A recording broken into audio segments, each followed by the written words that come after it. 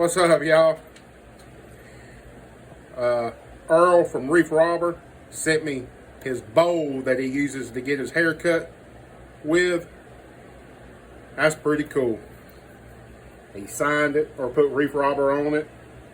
He's even got haircutting bowl written on it. So I don't know how his haircuts are going to come out from now on because I have his bowl. We'll see. Thank you, Reef Robber. Nut. That's funny, though.